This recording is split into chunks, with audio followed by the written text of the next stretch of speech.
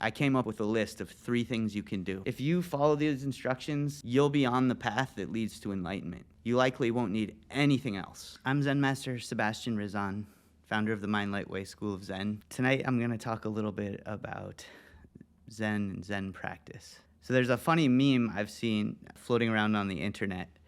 It says, everybody wants enlightenment, but nobody wants to do the dishes. That's the theme of tonight's talk. That one really cracks me up, and it reminds me of my teacher and his steadfast commitment to reminding us at the temple to always do our dishes. One of the first rules you had to learn living there. Never leave a dish in the sink. Always make sure your dishes are put away before you leave the kitchen. There's another classic Zen saying that says, before enlightenment, chop wood and carry water. After enlightenment, chop wood and carry water. That teaching is traditionally attributed to Layman Pang, and he's one of the most respected lay practitioners in Zen history. Both of these sayings point to a deeper truth that might make you feel a little uncomfortable if you're seeking some sort of spiritual shortcut that rescues you from the monotony of everyday tasks. Zen doesn't offer you an escape from ordinary life. It invites you to fully engage with it. If you want enlightenment, the instructions are actually quite simple. Make your food, do your dishes, dry them, and put them away in the correct place. And while you're doing that, keep your mind completely engaged with what you're doing. This isn't a metaphor. It's not symbolic. I mean this literally. So when Zen says, do the dishes, it's not just talking about the dishes. It's talking about unifying mind, body, and action in this moment.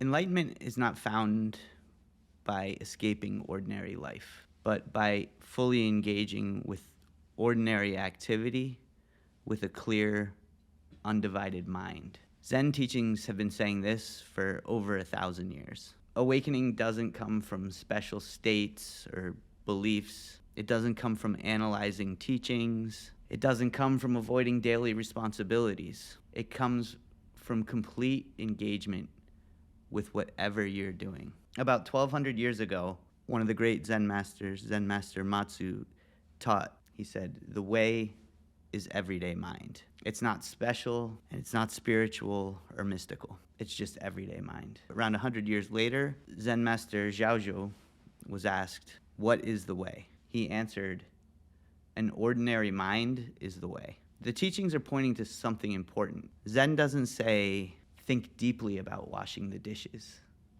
It just says, wash the dishes. No commentary, no judgment, no narrative, spiritual or otherwise. Zen is not primarily taught through explanation. It's taught by how you live. You don't teach Zen by telling people what to think. You teach Zen by keeping your own mind clear, staying on course, and demonstrating what's possible when someone lives this way. This shows up in how you speak, how you listen, how you work and create, and how you respond under pressure. People don't need more ideas, concepts, and narratives. They need to let them go. So as a teacher, it's more helpful for you to demonstrate clarity through how you live. A lot of times people ask me for advice about what they should do or how they should handle a certain situation. And most of the time it would be really easy for me to just tell them my opinion. But when I do that, I'm very aware that this kind of advice can become a shortcut for them. It can even become a form of spiritual bypassing. The truth is, the only way anyone can understand how to handle any situation is with their own clear mind. That's why most of the time, I don't give people specific answers. Instead, I tell them to practice sitting meditation and moving meditation every single day until their own mind becomes clear. And when they're not formally practicing, I tell them to stay completely focused on whatever they're doing, as if the activity itself was their mantra. The problem is, most people don't follow this advice. They want me to tell them something different, something more specific. Maybe they think I have some sort of strategy I can give them that will solve the issue that they're having. To most people, the idea of clearing your mind sounds too easy, but it's not easy. The conditions of most people's lives make this incredibly difficult to do. It's very simple, but it's not easy. For most people, it requires really working on themselves. It requires letting go of all the narratives you've created about yourself and the world we live in. Most people find some sort of comfort in the narratives they've created and cling to them, even if the narratives are creating more suffering. The thought of letting them go can cause a lot of distress. Honestly, it would be easier for most people if I just gave them another narrative or a set of instructions to follow. If I made a list of 10 rules of conduct or 5 rituals you have to perform, most people will feel like that's more helpful. But ultimately, it wouldn't help them. There's a problem with that. If you just do what I tell you, you never find out for yourself. You don't learn anything for yourself. And you don't learn anything about yourself. Zen teaches you that you need to understand your true nature. How can you do that if you never find out for yourself? You need to know who you are and what you should do in every moment. Many people go to astrologers, psychics, and tarot card readers because they can be very good at reading people and situations and telling people about themselves and what to do. But this still creates a problem because you don't need to know what someone else knows about you or what some book or what some set of cards tells you. You need to know for yourself, and you need to know the things that no one else can tell you about yourself. The only way to do that is to deeply contemplate who you are and what your true nature is. If you do this long enough, you'll come up with many different answers. But as long as you create any kind of narrative, you'll never be completely satisfied that it's true. Words will always come up short. You need to keep going until you run out of words. True understanding transcends all words. For this Dharma talk, I wanted to make things really clear and simple. I came up with a list of 3 things you can do that can help you gain an understanding that's beyond words. Right now, I'm going to tell you the 3 things that can change your life. So I really want you to pay attention. If you're one of those people looking for a set of instructions to follow, this is it. These are the clearest instructions I can give you. If you follow these instructions, you'll be on the path that leads to enlightenment. If you follow these instructions closely, you likely won't need anything else. So first, practice sitting meditation for at least 5 minutes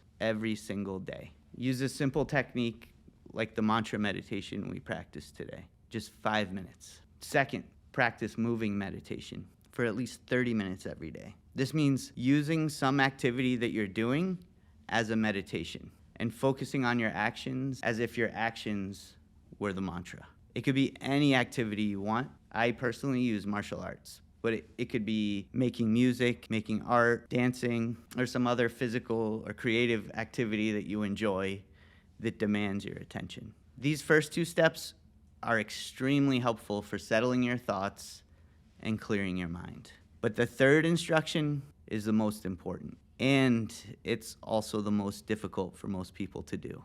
That's why I gave you the first 2. The 3rd instruction is this: completely engage with everything you're doing without letting your mind wander. Start by staying focused on whatever activity you're doing. If you're working, just work. If you're studying, just study. If you're doing the dishes, just do the dishes. At first, most people have to do this with deliberate effort. But if you keep practicing like this, it becomes effortless. When this happens, your mind will no longer separate things into this and that. It will no longer feel the need to divide reality into self and other. For most people, this is extremely difficult to do. But if you can do this 3rd step with ease, you can actually just skip the first 2 instructions. You probably already got enlightenment. But don't fool yourself. If you're still struggling, if you're still suffering, go back to step 1 and step 2. If you follow these 3 simple instructions, you won't need to listen to anything else I say. If you're fully and effortlessly engaged in every moment, you don't need more meditation. You don't need more advice. You don't need special rules about conduct or ethics. You don't need the sutras. You don't need any of Buddha's teachings. All of these things will arise from your own mind naturally, when they're needed, without effort. You just need to remain completely engaged and present in every moment. If you live like that, you'll always know what to do. It doesn't matter if you believe in enlightenment. If you live this way, your quality of life will get much better. But don't just believe what I say. Test it out. Try these 3 simple things I suggested. for 10 days in a row and see what happens. It's 35 minutes a day. And then just trying to do that in every moment, but at least get the 35 minutes in. I guarantee if you do this for 10 days in a row, you'll notice positive changes. If you make it to 100 days, it will most likely change how you perceive your life. I give this advice to everyone, everybody who is a student or asks me what they should do. To be honest, most people ignore my advice and they don't listen to me. They keep creating new narratives and looking for easier solutions and shortcuts. However, from my experience, these 3 instructions work 100% of the time for the people who actually follow them, and 0% of the time for the people who don't. Most people come to me for advice because they want help, and they don't feel that they have the clarity to figure things out for themselves. I'm always willing to help, but the best advice I can give you is this: follow these 3 instructions. Sit and meditate for at least 5 minutes every day. Practice moving meditation for at least 30 minutes every day. And practice staying fully engaged with everything else in your life until it becomes effortless. Try it every day, from now until the next Dharma talk, and let me know how it works. If you keep going like that, day by day, moment by moment, until nothing can distract you and divide your attention, you will experience enlightenment. I wish you all good luck with this. Why is it so hard to do the dishes? It's harder not to do them because then you look at them once. If you do them right then, you never think about it again. But if you leave them in the sink, every time you go by the sink, you're gonna think, I need to do the dishes. So you suffer once for doing the dishes, or you suffer however many times you walk past the dishes. Your choice. And the point of Buddhist ideas is to alleviate your suffering. So doing your dishes will help with that. When you do that, you're organizing your environment, but you're also organizing your mind, and you're bringing your mind in order that it can understand. You also mentioned that sometimes you think doing things is being productive, but also resting is an important aspect. It's something you have to do. You can't just go, go, go. You have to rest. But if your dishes aren't done and your house is a mess, it's really hard to rest peacefully because you're like, I have so many things to do. If you just get in a habit of when you use things, take care of them, put them back into like their natural place where they came from, where they want to go back. Everything has that kind of energy, and when you put that into place, it affects your mind's energy. I would only be able to give you metaphors. I can't really literally explain it, but there is definitely a relationship there, and it's real. It's beyond metaphorical. It really makes a difference in your life. If you do that, it makes a huge difference. For those of you not familiar with me, I lived in a Zen temple for 16 years. And these were everything always had to be back. That's how he taught us Zen, is keeping the temple clean, doing chores around the temple. If you swept the floor and you left a piece of dust, he'd be like, where was your mind when you were sweeping? I was still working a regular job too, 40 hours plus a week, and like all this extra work at the temple. But then also I was getting way more work done all around in different aspects of my life. And it was easier to do. And anytime anybody came in our temple, they were like, wow, this has such a great feeling. It feels so peaceful. That's because everything was always in its place. Our human minds are best when focused, but our minds are capable of much more, like of holding many things at once. To be perfectly explicit, our mind holds everything in the universe all the time. But when it's channeling through our human body, it's most effective when focusing on what's happening around you in this moment. If you're thinking about the future and the past and things that aren't there, it can become problematic. There's reasons to plan, there's reasons to reflect on the past, there's times for those things, but there's also times to just stay focused. So if you're riding your bike and trying to make a phone call in traffic, it just becomes obvious at that point. It's too much. Another thing I usually suggest is if you're going to take these instructions I gave today, if you can start the beginning of your day very quickly after you get out of your bed or whatever, but give yourself that 5 minutes to meditate. That'll give you a clear slate for the rest of the day. Things will still come in, but they won't stick as much. And then if you feel the stress building up or anxiety, that's a signal maybe this is the time to get the movement meditation in. I know it's not always possible with jobs and things like this, but try to find space in your day for that. It's great if you can get it in the beginning of the day, all of it. It just gives you a great foundation for the rest of your day. But also, if for whatever reason, just try to get it in throughout at some point every day.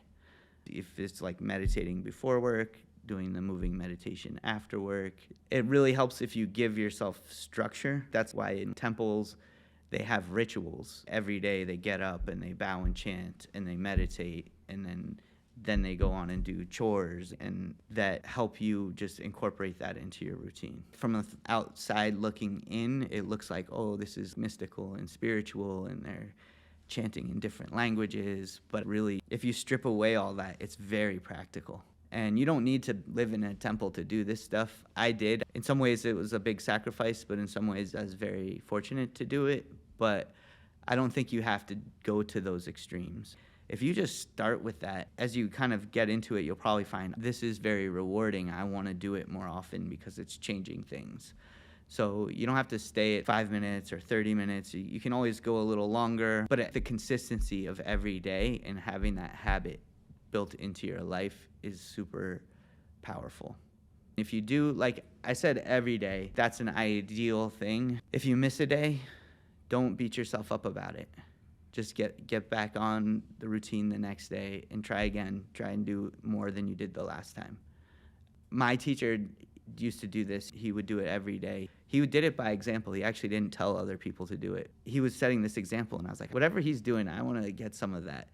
And so I started to do it every day. And then he was like, oh, very good, very good. I made it for 16 years every single day. It was like 5,000 something days. I eventually had a stroke, and that was the day I stopped. And I was in the hospital, couldn't walk. But I actually think my desire to get back to that routine, and then I started doing a different form of meditation and mind training in the hospital bed.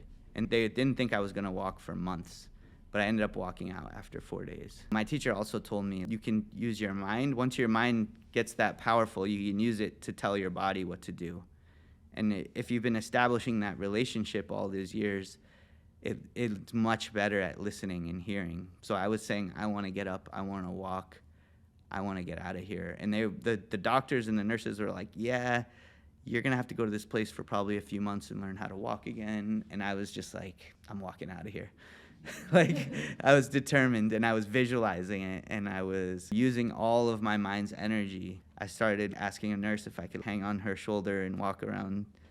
And then another day later, they were like, well, can you walk up these steps? And I was like, I can try. And then as soon as I could do that, they were like, you can go home today. There's a lot of power that we underestimate ourselves. There's limitations. I still had to do a year of physical therapy twice a week, 4 hours a week. But most people can't tell I've ever had a stroke now.